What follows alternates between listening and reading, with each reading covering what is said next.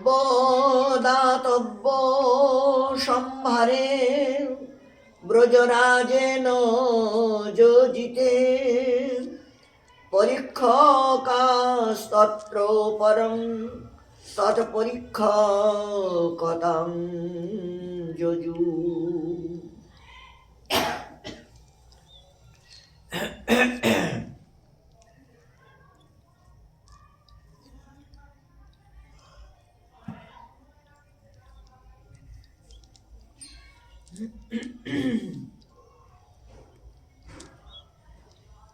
শ্রী শ্রী গোপাল চম্পু।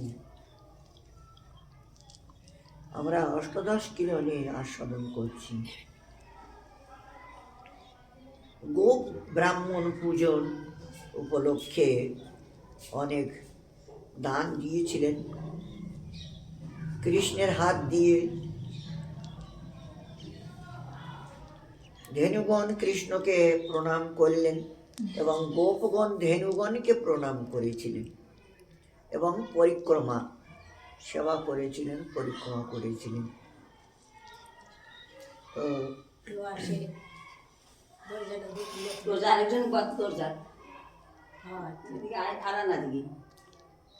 আসবে আসবে দিদি।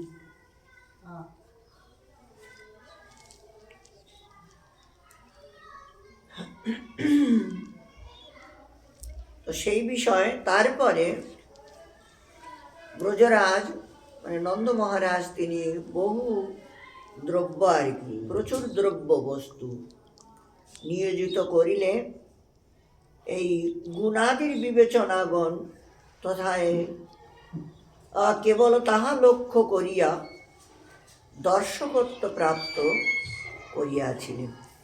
মানে এত পরিমাণের সামগ্রী মানে দিয়েছিলেন, সবাই দেখতে লাগলো যে বাবা এই সমস্ত জিনিসগুলো কোত্থেকে জোগাড় করলো, কোথার থেকে আনলো।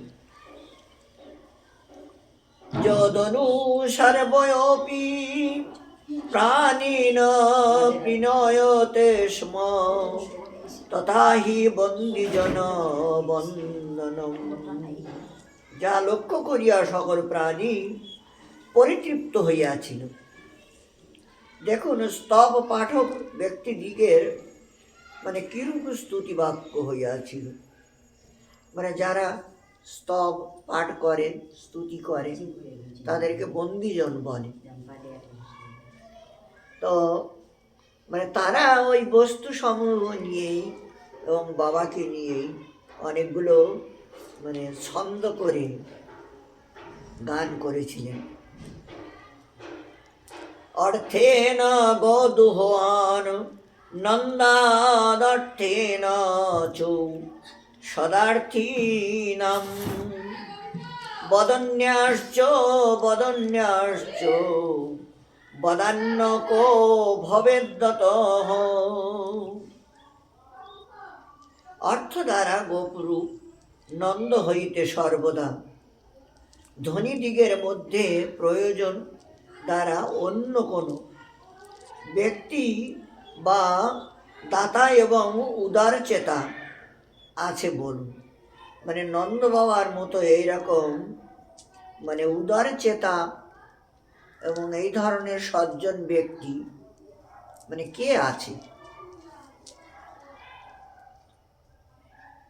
তৎনাদ পূর্তিরবোধ গলাবধীনিনাম গোবর্ধনাদ্রে মুখে সর্বপ্রাণ ভৃতাং তথাপি হৃদয়ং না পরি তত্রান্বপি যস্মিন স্নিগ্ধম অভবদ শেষ আদি বিষাদ বৃন্দং যদত্র ভূ পশ্চাদ সাচর্যমথাপি হন্ত গতবান সংক্রমণন্দ অশুষ্কতাম। কিন্তু এই বিষয়ে একমাত্র আধিক্য ঘটিয়াছিল। গোবর্ধন পর্বতের উৎসবে সমস্ত প্রাণধারী মানবগণের কণ্ঠ দেশ পর্যন্ত অন্ন দ্বারা পরিপূর্ণ হইয়াছিল। মানে সবাই একদম কণ্ঠ পর্যন্ত, বলে না খাওয়া এখন কণ্ঠ পর্যন্ত হয়ে পরিপূর্ণ সেই। তথাপি তাদের হৃদয় অনুমাত্রও পরিপূর্ণ হয় নাই। হৃদয়টা পরিপূর্ণ হয় যে যজ্ঞে তখন অখিল দেবতাগণ সন্তুষ্ট হইয়াছিলেন। সত্য, তবুও দেখো কি আশ্চর্য, ইন্দ্রদেব শুষ্ক হইয়াছিল। মানে সবাই তো পরিতৃপ্ত হলো, কিন্তু ইন্দ্রের মনে সুখ হলো না, সে তো মনটা শুকিয়ে রইল। আজকে বিশ্বনাথ চক্রবর্তী পাদের তিথি, তো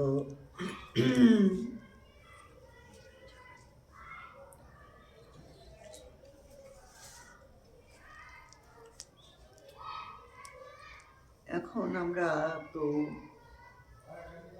ব্রতী হয়েছি। যখন পঞ্চে গায়ক ছিলাম তখন অনেক বৈষ্ণব এবং ভক্তরা, বৈষ্ণবেরা বলতেন যে গায়েন বাবা, সবাই মানে সিদ্ধ বাবাদের এবং গোস্বামী যারা আছেন এনাদের সূচকগুলো মানে সুন্দর করে যদি লেখা হয়, জীবনীটা লিখে যদি গাওয়া হয় তাহলে যেন খুব ভালো হয়। মানে খাপছাড়া খাপছাড়া লাগে, মানে ঠিক সন্ধানটা ঠিক মতো, কারো পরিচয়টা সঠিক নাই। তো এইরকম কোনো একটা উপায় যদি করেন তাহলে খুব ভালো হয়। তো সেই কথাটা মানে মনের ভিতরে বসে আছে মাঝে মাঝে জল্পনা কল্পনা করি, কোথা থেকে কীভাবে কি করা যায়, কিভাবে বেরোনো যায়। তারপরে তো মন্দিরের ঝামেলায় সে অনেকটা ওর থেকে দূরে সরে গেলাম। তারপরে এখন আবার আস্তে আস্তে ওইটাকে চিন্তা ভাবনা করে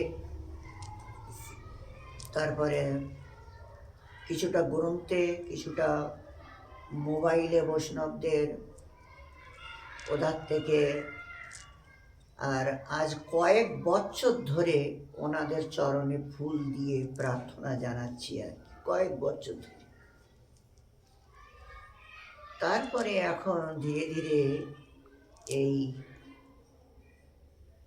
15-20 দিন আগের থেকেই মানে এমন একটা হয়েছে, এখন আর কোনো কিছু ভালো লাগে না, এইটাই লিখতে ইচ্ছা করে। এই তখন শুরু করলাম। তো সামনে আসে যেমন ভাবে,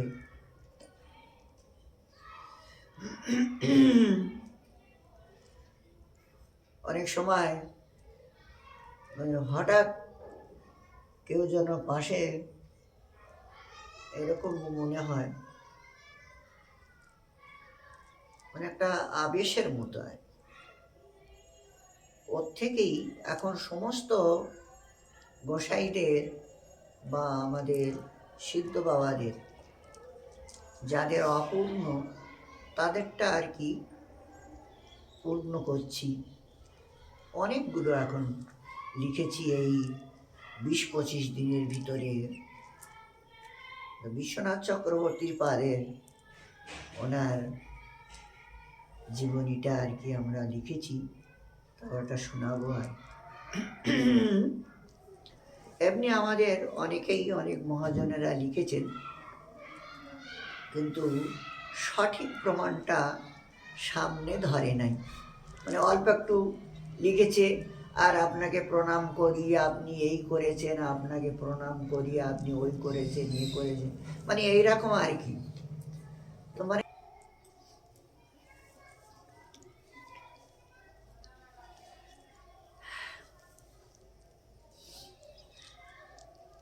বন্দ শ্রী বিশ্বনাথ পণ্ডিত দয়াময়, গাইব তব গুণ একবার, কৃপা করো আমায়। আহা নদিয়া দেবগ্রামে রামনারায়ণ নামে, কৃষ্ণ ভক্ত পণ্ডিত প্রবর, অনুরাধা মায়ের কাছে এ ধরা ধামে এসে বহু জীবের করিলা উদ্ধার। তুমি যখন জনমিলে ঘরে আসে দেব মিলে, আলোকিত হইল ভবন, জয়ের ধ্বনি হরির ধ্বনি, তুমি ভূমিষ্ঠ হলে তখনই। আহা দিব্য মূর্তি দেখে সর্বজন, দিব্য মূর্তি। মা মাথায় হাত দিয়া বলে বাবা, মা মাথায় দিয়া হাত বলে বাবা বিশ্বনাথ। এই গণনাথে এই নাম হইল, মানে মা বিশ্বনাথ নাম রেখেছি, আর গণনাথেও ওই নামে এসেছি। তুমি বড় হলে পরে যোগ্য পবিত্র চূড়াকরণ করে, রাধান আহা অন্ন পণ্ডিতে সপিলে, মানে রাধার তোমার পণ্ডিতেরা এই ঠাকুরের প্রসাদ আর কি অনেকে সপেছিলেন।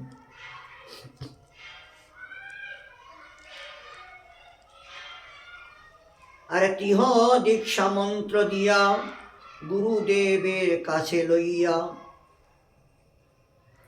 আচ্ছা, রাধানাথ পণ্ডিত মানে ওনার গুরুদেব। রাধানাথ পণ্ডিত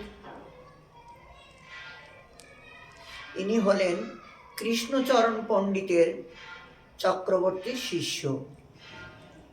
আর কৃষ্ণচরণ হলো গঙ্গা নারায়ণের শিষ্য। গঙ্গা নারায়ণ নরোত্তম ঠাকুরের, নরোত্তম হলো আমাদের লোকনাথ গোস্বামীর শিষ্য। তো এই রাধানাথ পণ্ডিতের কাছে সঁপে দিলেন। আর তিহ দীক্ষা মন্ত্র দিয়া গুরুদেবের কাছে লইয়া, সে আবার ওনার গুরুদেব মানে কৃষ্ণচরণ চক্রবর্তীর কাছে নিয়ে সপিল যেন যেন বড় পণ্ডিত হয়। এই যে গুরুদেব, আমার এই চেলাটা তোমাকে দিলাম, ওকে পড়ালেখা শিখাই বড় পণ্ডিত করবা। বালক দেখিয়া মনে বড় সংস্কারী জেনে, বড় আদরে তারে শিখায়। হঠাৎ মাতা চলে গেল, মনে বড় দুঃখ হইল। আর এ জীবনের কোনো নিশ্চিত নাই, এখন বিচার আসছে আর কি। মা অল্প বয়সে, আর আসিয়া জীবী মায়ার ঘরে, সব আমায় আমার করে। আর কবে কখন যাবে তার ঠিক নাই। পড়ে করি জ্ঞান অর্জন, তরে গেছে সুধীজন। আর আমিও তাই করি যাব, বিষয় বাসনা ত্যাগিয়া, রাত্রিদিন গ্রন্থ লইয়া। আহা খুঁজে কোথায় কি অভাব। প্রথম গ্রন্থ বিন্দু কিরণ, মানে পণ্ডিত পড়েই আর বিন্দু কিরণ একটা গ্রন্থ লিখেছিলেন। পড়ে শুনে গুরুজন সবে আশীর্বাদ দেয় তাহারে। বিন্দু কিরণ গ্রন্থটা পড়ে ওনার গুরুদেব পিতা আদি যারা ছিলেন, ওনারা এত খুশি হলেন, এত প্রসন্ন হলেন যে সত্যি মানে তার কথা আর কি বলা যায়। একদিন এক দিগ্বিজয়ী আসিয়া বিশ্বনাথের শুনিয়া, তার শোনে শাস্ত্র বিচার করে। দিগ্বিজয়ী হেরে গেল, আরো জয় জয়কার হইল। বিশ্বনাথের মনে শান্তি নাই। পাণ্ডিত্যে বা এদিকে সবাই জয় জয় করছে, সবই ভালো, কিন্তু মনে হয় এর আগে কিছু আছে, ওর জন্য শান্তি নাই ভিতরে।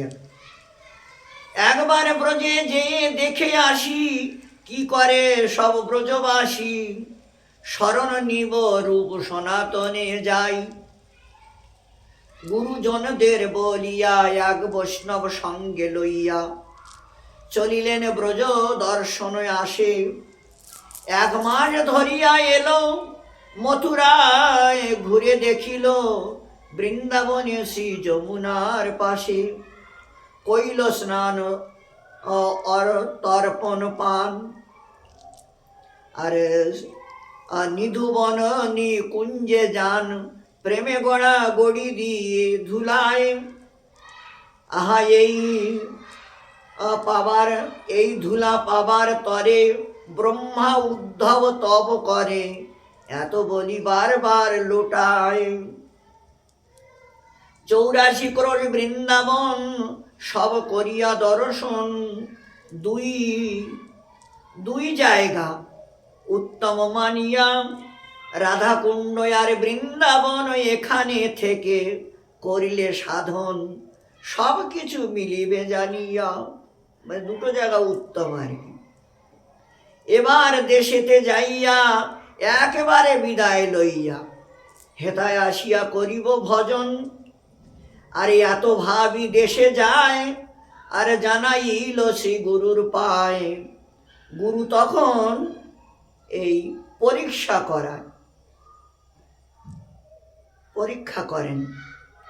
কি পরীক্ষা? আহা রাখে নিজ পত্নীর কাছে, সারা রাত্রি জাগি পাছে। প্রাতকালে তারে হৃদে ধরেন, গুরু প্রণালী সিদ্ধ প্রণালী, সিদ্ধ স্বরূপ দিয়া সকলি, রাধা পদে সপে দিল তারে। ওনার স্ত্রীর কাছে 1 রাত রাখলেন, আর স্ত্রীকে বললেন, তুমি বিভিন্ন প্রকারের চেষ্টায় যাতে ওর মনটা জাগতিক হয়ে যায়, বীর্যস্খলিত হয়ে যায়, এইরকম ধরনের। কিন্তু সারা রাত চেষ্টা করেও স্ত্রী বিফল হয়ে গেল। গুরুদেব সকালবেলা ওকে হৃদয়ে ধরে, সর্বনাশ, এত বড় ক্ষমতা তার যে নারী স্পর্শ করলে বীর্যস্খলিত হবে না এমন কোনো পুরুষ নাই। আর ও অটল হয়ে কি করে থাকলো, আশ্চর্য হয়ে গেল। পারবে এ রাধারানীর দাসী হতে? এই তখন উনি হৃদয়ে ধরে একদম খুব কাঁদতে লাগলেন। ওনার কাছে গুরু প্রণালী, ওনার পর্যন্ত যা কিছু ছিল এইটা ওনাকে লিখে দিলেন, দিয়ে আশীর্বাদ করলেন, যাও বৃন্দাবনে যে ভজন করো, তোমার ইচ্ছা পূরণ হবে, রাধারানী তোমাকে আপন করে নেবে, যাও। সকল গুরুজনদের প্রণাম আশীর্বাদ কইল শিরে লইয়া শিরে। আহা উদাসী হইয়া ব্রজেতে চলিল, আর প্রথমে রাধা কুণ্ডে আসি, করি কবিরাজ সমাধিতে বসি। মুকুন্দ পণ্ডিত যার নাম ছিল, কবিরাজ গোস্বামীর সমাধিতে, কবিরাজ গোস্বামীর শিষ্য মুকুন্দ, তার কাছেই উনি আর কি বেশ আশ্রয় করলেন এবং গ্রন্থ পড়লেন। ভালো করে গোসাইদের গ্রন্থগুলো ওনার কাছে অধ্যয়ন করলেন। শাস্ত্র করি অধ্যয়ন, বাবাজি বেশ করে ধারণ, হরিবল্লভ পুনঃ নাম দিল। এখন দীক্ষা নিয়ে হরিবল্লভ নাম হয়েছে এই বাবাজি বেশ নিয়ে। থাকিয়াছি গুরুর কাছে, গ্রন্থ কইল প্রকাশে, বৈষ্ণবগণের মনের মতো হইল। এই গ্রন্থ করলেন কৃষ্ণ ভাবানামৃত, অনেক অনেক গ্রন্থ করেছেন, অনেক গ্রন্থ লিখেছিলেন উনি। পরে বৃন্দাবনে যাইয়া পাথর পুরায় থাকিয়া, আরে নিয়ম করে ভজন করে, মাদুকুরি খাইয়া। স্বপ্নে রূপ সনাতন আসিয়া তারে কয়, এখনো অনেক কাজ বাকি আছে, এ ভজন, এই ভজন নয়। মানে ও তো এখন ভজন করছে মাদুগুলি খাইয়ে। রূপ সনাতন বলছে এখন এইরকম ভজন করলে হবে না, তোমাকে এখন অনেক কাজ করতে হবে। প্রাতকালে যমুনাতে গ্রন্থ মিলিবে, আর সেসব আনিয়া শোধন করিবে। ভাগবত গীতা উজ্জ্বল নীলিমণির অনুসারে আর সামনে যা আসবে তা লিখবে যতন করি। মানে ওই সমস্ত গ্রন্থের অনুসারে তোমার কাছে যা আসবে সেগুলো তুমি লিখবে। বিদ্যাভূষণ ভূমি তুমি বলে জয়পুরে পাঠাবে। মানে বিদ্যাভূষণকে তুমি জয়পুরে পাঠাবে, গোবিন্দ মন্দিরে গোবিন্দ ভাষ্য প্রকট হবে। মানে বিদ্যাবতী ও আসবে, ওকে তুমি জয়পুরে পাঠালে গোবিন্দ ভাষ্য আর কি সেখানে প্রকট হবে। দেখো আগের থেকেই গোসাইরা সব কিছু ঠিক করে রাখি বলে। এত বলি তারা দুই হইল অন্তর্ধ্যান, প্রাতকালে ছুটে ছুটে যমুনাতে যান। গ্রন্থ পেয়ে মাথায় লয়ে আসিয়া কুটি, নয়ন জলে ভেসে যায় হইলেন অস্থির। বাইরে বসে গ্রন্থ লেখে ভারী বর্ষা হয়, না ভিজে গ্রন্থ না শরীরও ভিজায়। মানে কিরকম বাইরে গ্রন্থ লিখছেন, ওই যে ওনারা আদেশ দিয়েছেন তো ওই জন্য।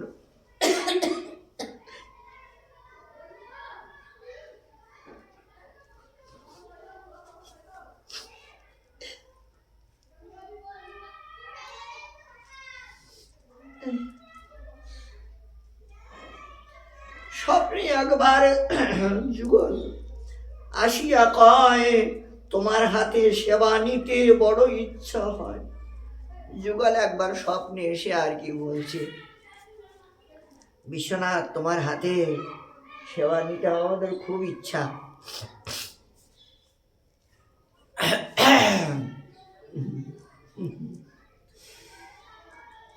শ্রী রাধা গোকুলানন্দ বিগ্রহ স্থাপিয়া, আর সেবা করে আনন্দেতে ব্রজ ভাব লইয়া। পদকবি বৈষ্ণব দাস তার শিষ্য হইল, আর দীক্ষা মন্ত্র পরমহংস বেশ তারে দিল। দুয়ে মিলে সেবা করে ঠাকুর প্রসন্ন, আর ওই সময় বৈষ্ণবগণ সবাই হইল ধন্য। মানে এমন একটা সময় এসেছিল, বা সেই সময় যারাই ওনাদের কাছে আসছেন তারাই ধন্য হয়ে যাচ্ছে। ওনাদের দর্শন করে, ওনাদের গ্রন্থ আদি পড়ে একদম মানে তারাই হলো ধন্য। কেহ কয়ে রূপ গোসাই পুনঃ আসিয়াছে, আর তাই তো এত গ্রন্থ প্রকাশ যে করিতেছে। কৃষ্ণ ভজন ভাবনামৃত গ্রন্থ যবে লিখেছিল, গোবিন্দ লীলামৃতের মতো প্রকাশিল। বহু কিছু দান করিয়া গেলেন লীলায়, ব্রজবাসী সবে আসি একই হইল হায়। বসন্ত পঞ্চমী তিথি আনন্দিত ভেল, আর এমন এক বিভূতির সঙ্গ কেড়ে নিল। এমন এক বিভূতির সঙ্গ সে পেল। মানে এই তিথি বসন্ত তিথি, সে এখন এই এমন একটা বিভূতির সঙ্গ পেয়েছে। আর মানে সবাইকে যে আর কি এত কিছু দান করেছে, আর এই বসন্ত তিথি এটা তার সঙ্গ পেয়েছে, তো সেও ধন্য হয়ে গেল। রাধা বিনোদ গোকুলা আনন্দ করি এক জায়গায়, আর আজও সেইখানে দেখতে পাওয়া যায়। ওইখানে সমাধি করে বৈষ্ণব চলিল, প্রণাম করি সনাতন দ্বার ধুলি মাথে নিল।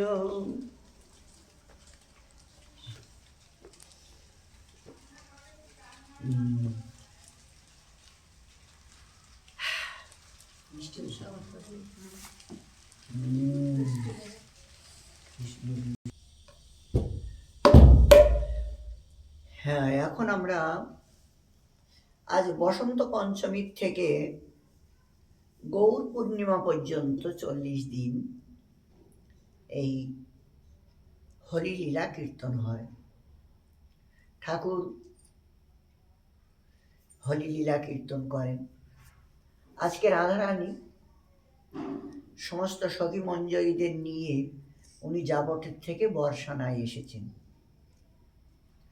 বর্ষানায় এসেছেন, তো আজকে প্রথম হোলি খেলা ওনাকে নিয়েই আমরা পিলি পুকুরের ওখানে করি বা সংকেত বনে করি, কোনো একটা জায়গায়, মানে লীলা কোথায় করছেন, কিভাবে কি হচ্ছেন, তো সেইটা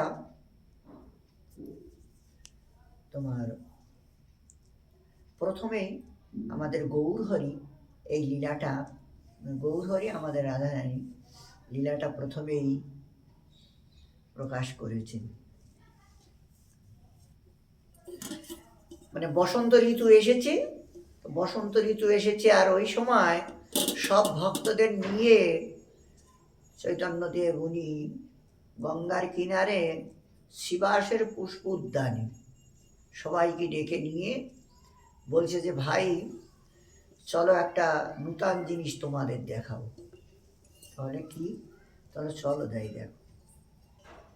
সেই পুষ্প উদ্যানে যাওয়ার সঙ্গে সঙ্গেই একদম মানে কোনো গাছে ফল ফুল ছিল না আর কি, হঠাৎ আর কোথা থেকে বিভিন্ন প্রকারের পাখি সেখানে এসে গান করতে লাগলো। সেই হরিণী কোথার থেকে এসে উপস্থিত, মানে এইরকম ধরনের যাওয়ার সঙ্গে সঙ্গে এই অলৌকিক লীলা আরম্ভ হয়ে গেল। সবাই দেখে আশ্চর্য হয়ে গেলেন, আহা আমরা তো এরকম নবদ্বীপে কোনোদিন দেখিনি, আজকে যেমন দেখলাম। গৌরহরি এরকম কেন হলো? তখন আর কি, দেখো দেখো ঋতুরাজ বসন্ত সময়, দেখো দেখো ঋতুরাজ বসন্ত সময়, সহচর সঙ্গে বিহরে গোরারায়, সহচর সঙ্গে বিহরে গোরারায়। বলে ব্রজে যেমনি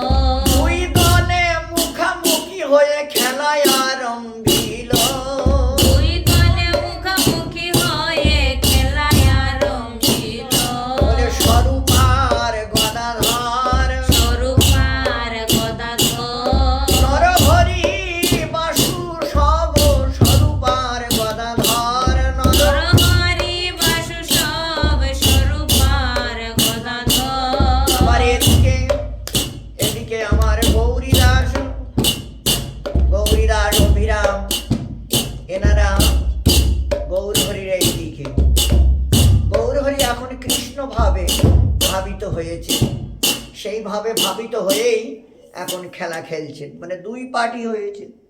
তা দুই পার্টি হয়ে আহা কুঙ্কুম পিচকালে কেহ কেহ ধায়।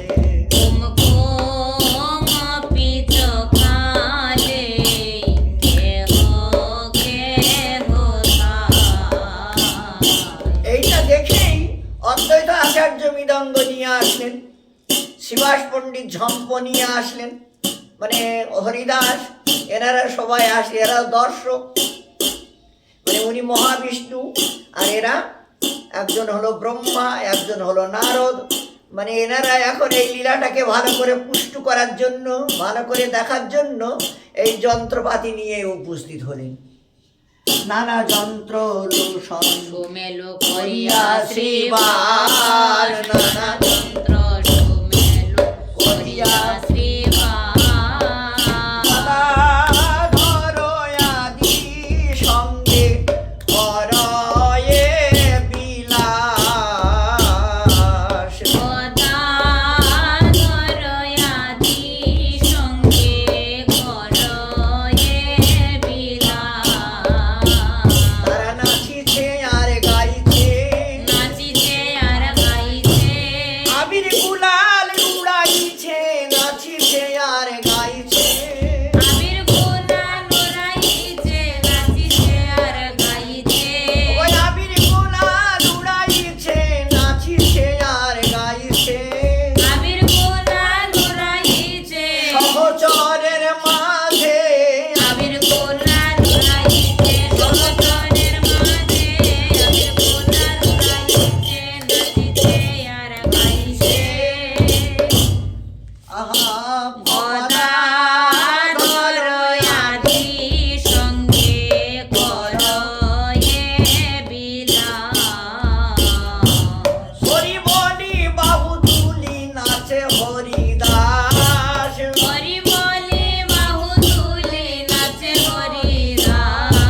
বলি এমন প্রভু দেখি নাই, এমন প্রভু দেখি নাই, এমন প্রভু দেখি নাই। এমন প্রভু দেখি নাই। শুনেছি হোলি খেলা হয় কিন্তু এমন প্রভু দেখি নাই। শুনেছি হোলি খেলা হয়, আহা মধুর শ্রী বৃন্দাবনে, শুনেছি হোলি খেলা হয়, মধুর শ্রী বৃন্দাবনে। শুনেছি হোলি খেলা হয় কিন্তু এমন এমন প্রভু। প্রভু দেখি আরে নাই। হরি বলি হরিদাস নাচিয়া বেড়ায়। হরি বলে বাহু তুলে নাচে হরিদাস। বাসুদেব ঘোষ রস করি প্রকাশ। বাসুদেব ঘোষ রস করিলা প্রকাশ। বলি সেই তো জানে সেই তো জানে, তোদের লীলা বিলাস, সেই তো জানে। ব্রজের লীলা বিলাস সেই তো জানে। এখন দেখিল নয়নে, সেই তো জানে। এখন দেখিল নয়নে সেই তো জানে। এখন দেখিল নয়নে সুদেবীর ভাবে, দেখিল নয়নে সুদেবী ভাবে, দেখিল নয়নে সেই সুদেবী, তো জানে। সেই তো জানে।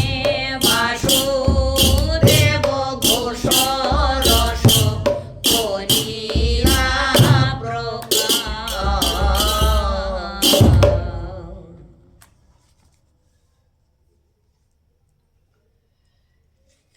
মধুর শ্রী বৃন্দাবনে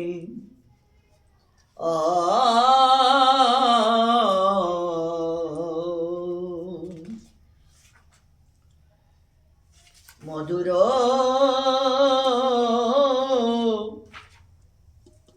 মধুর মধুর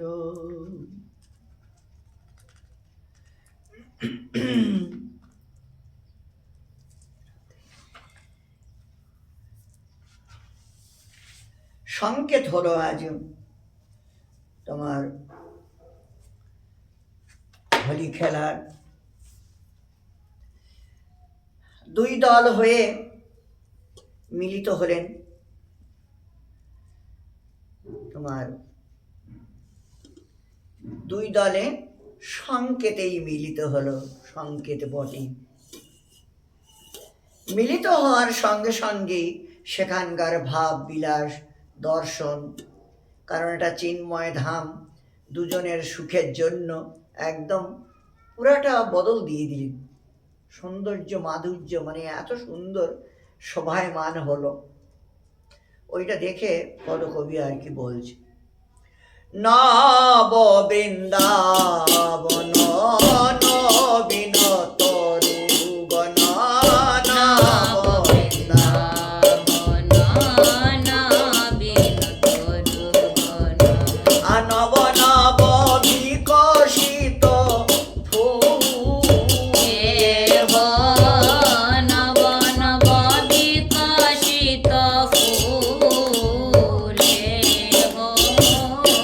নবীন বসন্ত নবীন মলয়া নীল,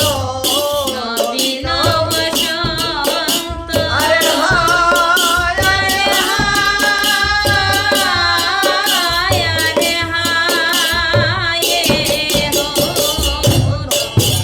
বসন্ত নবীন মলয়া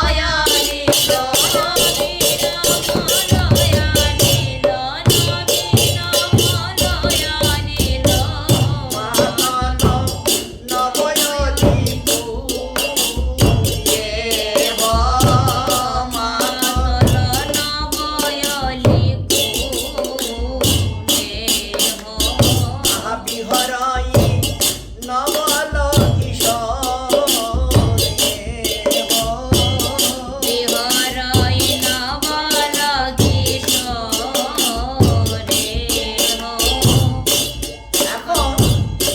যেখানে লীলা হবে যমুনা ঠিক সেখানে পৌঁছে যায়, মানে এইরকম ধরনের যমুনা ঠিক সেখানে চলে যাবে। কারণ ওই হোলি খেলার পরে স্নান করবে বা সেখানকার আনন্দ দর্শন করার জন্য, সৌন্দর্যটা বাড়াবার জন্য যমুনা সেখানে চলে গেল। কালিন্দী পুলিন কুঞ্জবন শোভন,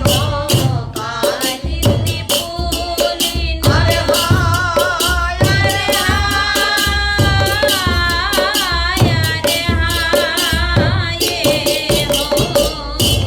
কালিন্দী পুলিন কুঞ্জবন শোভন,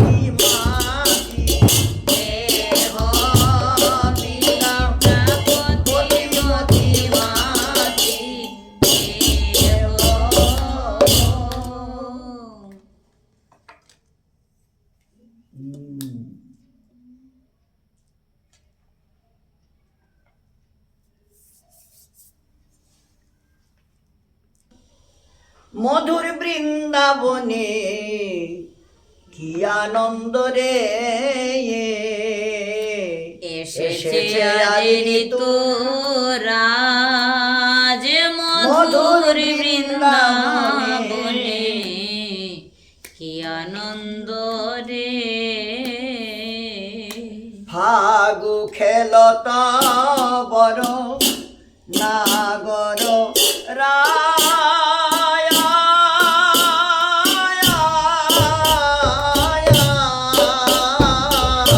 ফাগু খেলত বর নাগর রায়,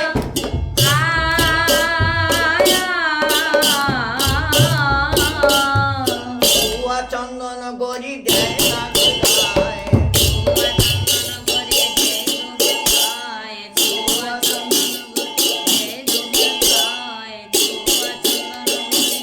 দুহাজার মধুর বৃন্দাবনে কি আনন্দ রে, এসেছে আজ ঋতুরাজ মধুর বৃন্দাবনে, কি আনন্দ রে।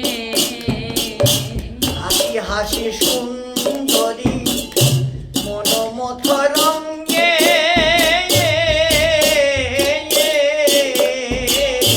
হাসি হাসি সুন্দরী মনমত রঙ্গে,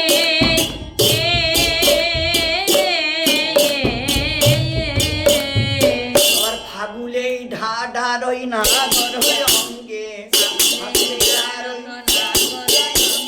ফাগুলেই ঢাঢারই নাগর অঙ্গে, মধুর বৃন্দাবনে কি আনন্দ রে, রসে ধস ধস আদরা লোহেরি,